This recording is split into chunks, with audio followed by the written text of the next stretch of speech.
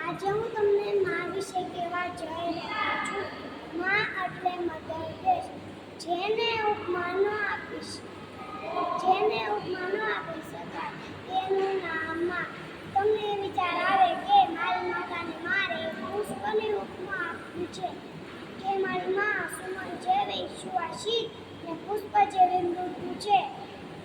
પુષ્પની ઉપમા એટલા માટે ન આપી શકાય કે દરિયો ખારો છે, માની મમતા મત કરતા પણ બીજી છે.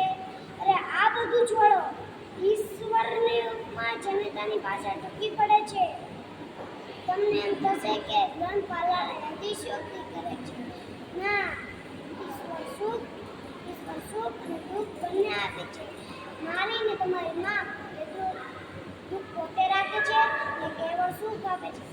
એટલે જ મધર ઇઝ લેટર